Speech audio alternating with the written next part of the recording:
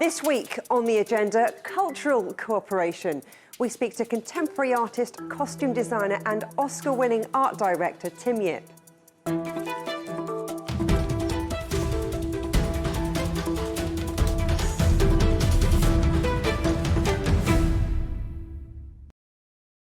Tim Yip is one of China's cultural heroes. An award-winning artist and costume designer, he's worked with the likes of Ang Lee, Chen Kaige, Stanley Kwan, Vivienne Westwood. He's become famous for using China's ancient past to reimagine culture and film. And he joins me now in the studio. Tim, it's an absolute pleasure to have you here on the agenda. Thanks for coming into the studio. Now, I don't really know where to start because you're a costume designer, you're a director, you're a contemporary artist, an art director, and so many other things it would seem. How would you describe your career? I think I'm the one who really curious to know art and to know, express myself, my feelings. So I think I'm an artist. So an overriding artist. So when it comes to all these different projects, do you approach it differently, or do you start from the same artistic place? Yeah, I think totally different for everything because they have their origin, they have their relationship, they have their way of work, and they have the kind of aesthetics in every different discipline, right? So every time I have to change myself a little bit, change the angle a little bit to go into a different world. So if you were working on costume design, for I have example, to be where a would you costume start? designer. Yeah. It's interesting because there are so many different fashion design, costume design is different, but costume design is mainly for theaters and movie. So I have to deal with the character and deal with the actor or the actress itself. So I will carefully look at them and look at the character, how to put it together. Make people believe he's a character, yeah.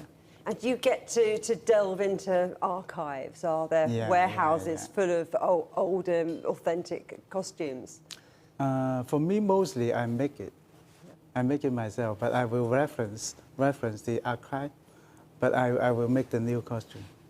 But look like old, actually. Yeah. So is it like being a fashion designer where you would start with a sketch and build from there? Mm-hmm. I'm just wondering how long that creative process is. Say for a gown, for one of the big movies that you've worked on. Yeah. For the costume, right? Yeah, so how long might it take to make one gown? Oh, I have one is quite amazing. It's like 70 people doing embroidery for a John Woo movie in half a year to finish the whole embroidery. It's a complicated costume, yeah. Wow, that is complicated. And a lot of the projects you've worked on, though, have involved a lot of innovation in technology and CGI. Yeah. So have you been in a situation where the outfit ends up looking very different on screen to what you presented to the cast and crew? Yeah, I think this is not a very good experience. But we try that because all the costume floating really difficult to shoot, to floating in the right way. So that sometimes they will choose to make CGI more easy to control. So you will see a green guy is flying in the air and the costume is missing when shooting. So later they will put the costume in. But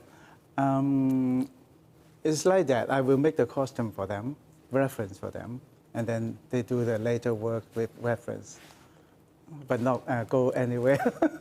But as an artist, how does that feel then when, in a way, they're sort of saying, yes, thank you for your artistic input, but it doesn't work?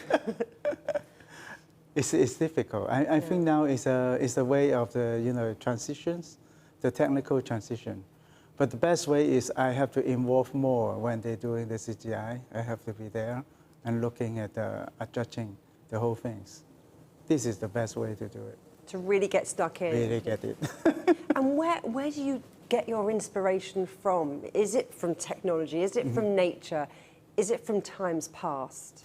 I think I'm really interested in human being, actually. For my art statement, I always thinking about the environment. I think about the situation of the human being and what human being can feel, can do in this moment. so that I'm really interested in every kind of culture, so that I get into the really early time to up till now, how they change, how the world changed. I feel really interesting about all these things, especially on the costume, how they make it. You know, what the culture make what kind of costume, what the villages make what kind of costume, so that everything is different for me.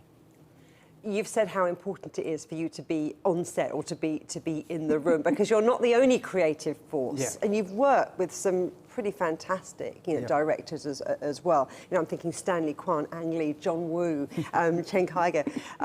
Do you learn something different from each of them? Of course, of Yeah. course. Tell me about that. I work with them because I feel they are really interest me, so that I will try to understand how they think, how they create, so that when I go to work with them, I will empty myself. I will totally focus on him, and what is his dream, why he want to do this movie, what inside his mind. Yeah. So I try to put cards in the table, and they will choose, oh, I like this one, I don't like this one. So that slowly I know So what do you like about them and what don't you like? I mean, who's good to work with? Yeah. Who's not your favourite? Yeah. I think people is different because I am a kind of a complicated person too, because everyone have their own world, have their own story, right? It's a own vision, right? So that I work with them, and then everyone is different. Like Chai Ming-young is a really artistic director, so they're making low-budget movie, but really powerful. And like John Woo, I have to build up the set more space for him to moving the machine. Like Ang Lee, I have to more communication with him. So everything become a character of the eyes. I want to pretend myself to be the eyes of him, of the director, so that I push out, and I also give me new suggestions. Maybe he didn't think about this, but it's really belong to the film, so that we work together like that. It's an exciting process. And different genres too. I mean, you designed an opera, Yeah. didn't you, at the Met? So tell me about that. Oh, that is a really interesting experience because we work in Bonjour. It's the first time I work together, Metropolitan and Bonjour. And after Bonjour, we're flying to Metropolitan. Actually, we're building 2 sets. And then, the costume is really special because I really want to do something abstract for Wagner music. Because Wagner music is always preferred into the character. Every character has different segment. So that I make the color changing costume to this show, so that when different people, Elsa singing, Lundgren singing, we're changing, the whole group of people is changing color. You talk about the colour and the look of it, but of course these costumes, the actors, the singers, they need to be able to move in them. They need to be able to sing. Yeah. Does that restrict you? Maybe not restrict, because I have already doing Wagner opera.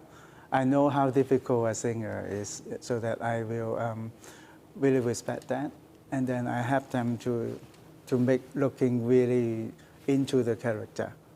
But I will take care of how they're using their body. We cannot doing something that make him uncomfortable, can't sing on stage, and we do all that. We take care of all that.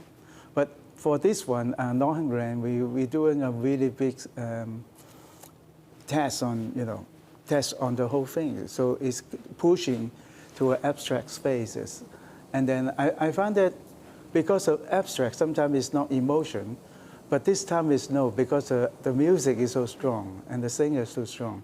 So the all abstracting happen, the emotion to go in really high and elegant. That's what I like. So it's a feast for the eyes, a feast for all of the senses. Yeah.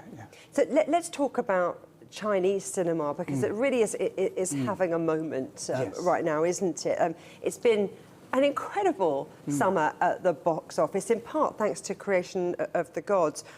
Why do you think that's been so successful? I think there are several things happen. One thing, of course, we all know that the COVID time is past, so everyone want to go out, want to celebrate. so that a huge amount of people want to celebrate. So that they timing want to comes into it. looking for something interesting, energetic. So I think the creation of God is really powerful.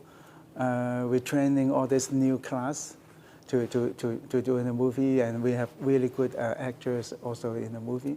And I think this why the first reason why they are success in this way. Another one is I think creation of God is something like we break through some limitation. Before people quite disappointed about the the kind of mythology movie because they are not quite control the whole storytelling, human relationship in the film. So now we try to doing something really careful to take care of how human relationship and also the relationship with the mythology. So the two things add together, they see the whole thing in a new way. Actually, it's not totally following the mythology story, because they have so many interesting things in Chinese mythology novel, because they don't have the time structure, because it's in the Shang Dynasty, but they talk about Tao. Tao is after. But in the Chinese history, they start to writing novel at this moment, so that novel seeking for many different resources, so that they don't quite following the time frame of the things, but they act together. Everything is act together to become a form of the story, but not scientific. And what about you in your role? How did you approach this particular project? What were the influences and maybe the changes that you made? I think the most interesting for me is like I can start to imagine what is the world to make the mythology coming out. What is the relationship of mythology and the long-term Chinese history and culture, right? This is so merged together. Everything is merged together, especially in Shang Dynasty. At that time, they still believe in the God, in the nature. It's not like a God later, not philosophy, not the early religious. It's like they believe in nature, so that all this sculpture is really real. They have intentions, so that I feel really strong. So that I want to keep that kind of spirit on stage, so that I build Longda, the big palace, with all these looking eyes to see what happened in the center of the space. So that this kind of thing is like, I try to extend the space to be spiritual. It looks like they not just a space, but they have something, power to make this happen. And then we have mythology world coming in. And so the world is a little bit the same, but different, because they have magic coming into the space. And there are going to be some sequels, aren't there, to this? I wonder what your involvement will be in those. Yeah, actually, this is just the first one. The first one, we have to introduce everyone, put everyone in place. So you've gone big. Put whole story in place. But the film is about the mythology fight war. So it's a huge, like a real and unreal things had together. I think never seen it before. So this is really interesting. But the first one is just introduce everything, put everything together. We form the logics of the film. But later, the war begins. Tim Yip, I've got so much more to talk to you about, but we're going to take a short break there. Yep. We're just going to take a pause, but still to come here on the agenda, we're going to find out more about Tim's directorial debut, Love Infinity, and the future of Asian cinema.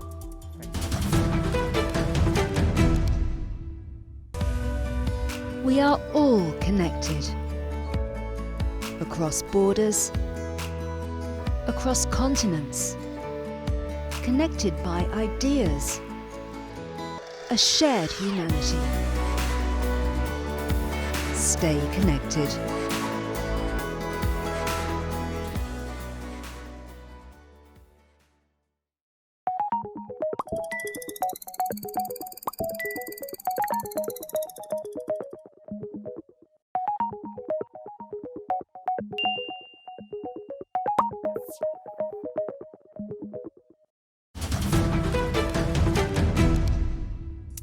Welcome back to The Agenda, and let's continue now with our interview with Oscar-winning art director Tim Yip.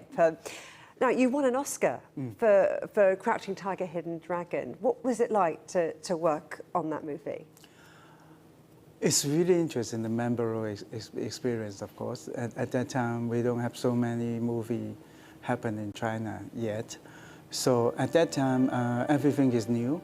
And Ang Lee is come from Hollywood and come back to China, so that he want to bring the professional effect of the whole movie and talking international language. So everything is different. So that, but we don't have the whole crew is from outside, so that we have to build up the whole crew from the existing system to achieve everything we want. So it's like it's really exciting because every one of us, it seems like really powerful names of ancient cinema, like the photographer, the cameraman is Peter Bowles, and Yang Heping is a kung fu master. Everyone is so good, and I'm quite new, prepare for them. But I know Ang Lee before because we have working, talking about cooperation before. And this time, I come to the film, and then we start on the script. Yeah. And then I extend my works so that I'm taking care of the two departments, actually 3 departments, makeup and hair design. So that everything is like new. We're familiar with what we want, but at that time, it's not that everything ready. So it's like a pushing running things. Do you feel that it's changed the course of your career and the direction that you've moved in? Yeah, because I'm doing theater work before. I stopped movie for several years, and concentrate on costume designs and stage design, and I go to many art festivals to film my work, and I work with many different really wonderful artists. And afterwards, I come back to movie. This is the first time, after 7 years. I want to talk a little bit more about Crouching Tiger because it remains the highest grossing foreign language film in the United States. I mean, to this day. Why do you think that is? I think it's quite amazing. I think they have some seed of maybe Western people, maybe American people. They are dreaming of some kind of China aesthetics, fantasy, or the relationship of people.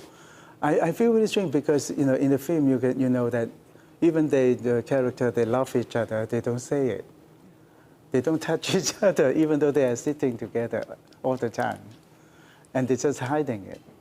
And you have to guess what it means. Does this mean we are together now or no? And this kind of thing is so different from the West.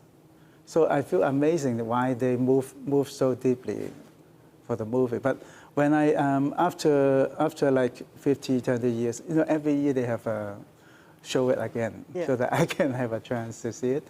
And then I found that it's quite moving because the Yu Xiaolan, the Mr. Young character, knowing the mobiles, maybe they are moving by the young girl.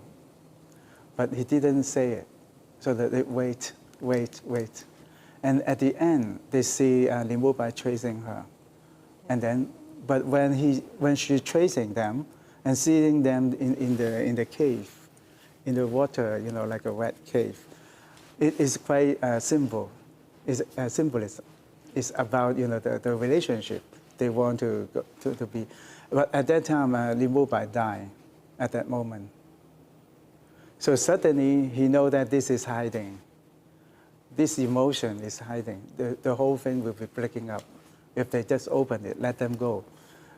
She cannot have Li Mubai again because it's already there. So that when Li Mubai died, he forgetted him. He forgets Li Mubai and waiting for him to die. So it's quite moving, the kind of how to give and forgiveness and everything and love, and it's so different from the West. I think in this point maybe they have similar things. The deep is similar, yeah. So relationships, forgiveness, love. I would wager that those are quite big themes in Western cinema too. But I do wonder, do you think that the rest of the world does enough to recognise Chinese language film? I think they have a deep history. They have, many, according to Chinese, contents, movie. But it's always like a background or something like a hint of the story, right? It's not like inside the culture. We don't have any film that in the West that you are from inside the culture, to looking at the story. It's something like outside. Some people adventures, or some people getting into another within mystery culture, that kind of things. I think the understanding is different, because I have spent a long time to talking to so many different experts to talk about this. I think it's quite different from the West and the East. They have something in similar but different, because the West is more rational in a way, and then they will keep creating a world is competing. But Eastern is always talk about the level is higher. I mean that it's not a physical only. They seem like they have another layers to talk about, so that they always have a flying people, imaginative, more imaginative. It's not that scientific sometimes. So we have to understand more and get the interesting point, to share with the beauty of it. Do you think there's enough cultural exchange between the cinemas of the world? And I wonder how you think more could be done. Yeah, of course. I think it's a good thing that if, I would say with something like Bertolucci, he making The Last Empire, it's really good experience, because from an Italian Greek artist to come to China to discover what is the beauty of it, and then coming up with a really deep story, so that they make Italian people start to understand China, and China understand what people in a really deep way, really high level way to understand us. I think this is a really beautiful thing.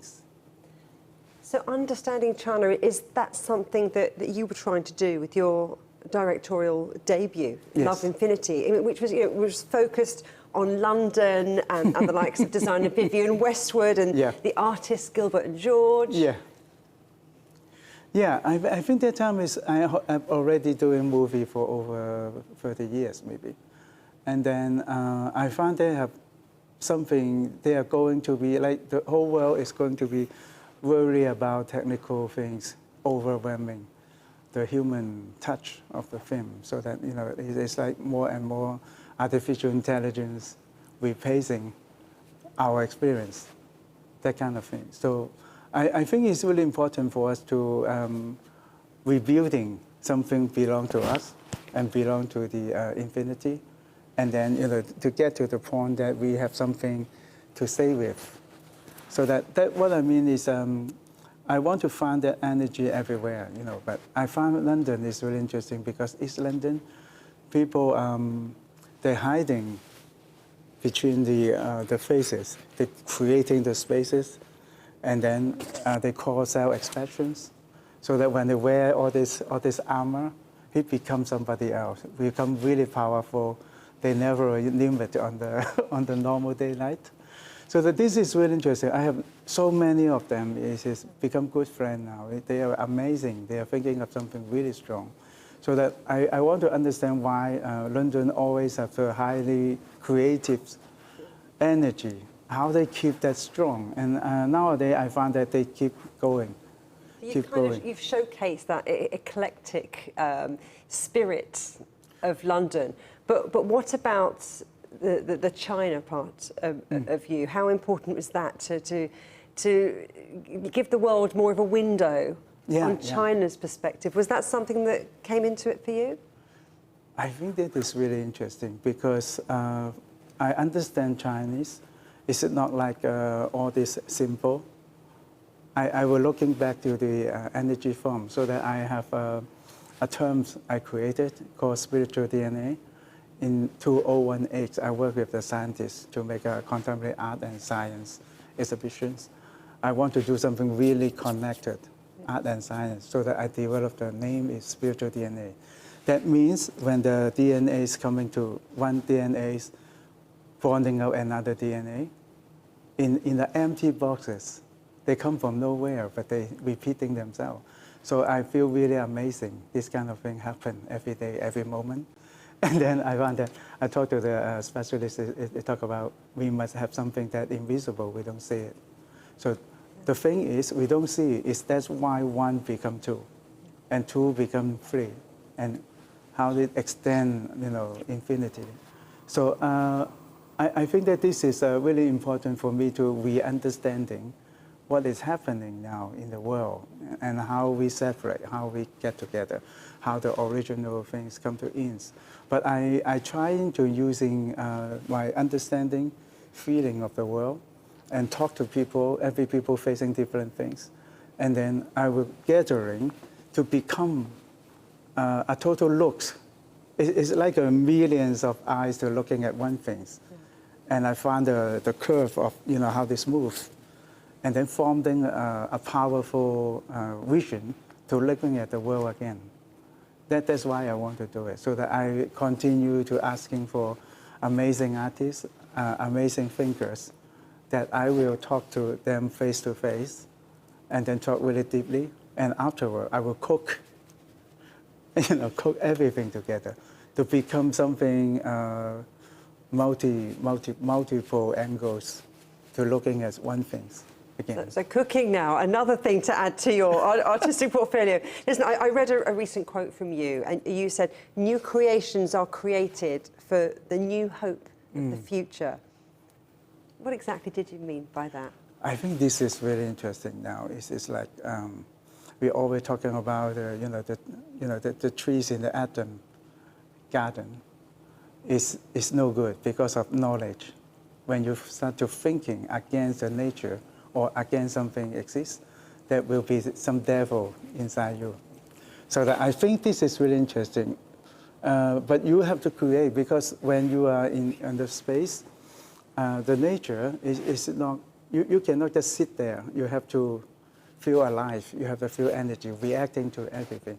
So that you have to create how to work with all this harmony. So that actually you are moving. You want to be stable, but you have to running to you fit everything happen in front of you. So that you have to be creative.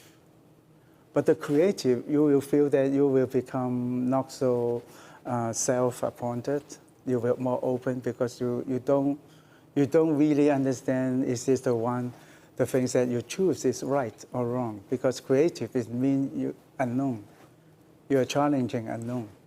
So that everyone is challenging unknown, so that everyone will be more together and looking at the result, but not separate. Yeah. So what unknowns are you going to be challenging in the future? What's next for Tim Yip? I think I will more go deeper to my theory, I hope.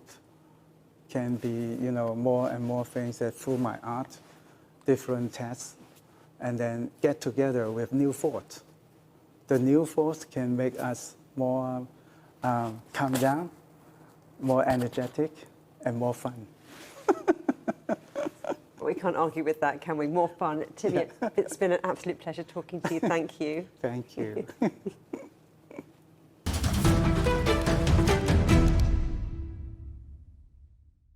You can watch every episode of The Agenda in full on CGTN Europe's YouTube channel. And for exclusive extra content from me, my guests and the rest of the team, don't forget to check out @The Agenda Show on TikTok.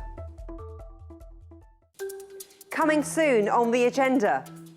10 years after the launch of the Belt and Road Initiative, we'll consider the real impact of the new Silk Road.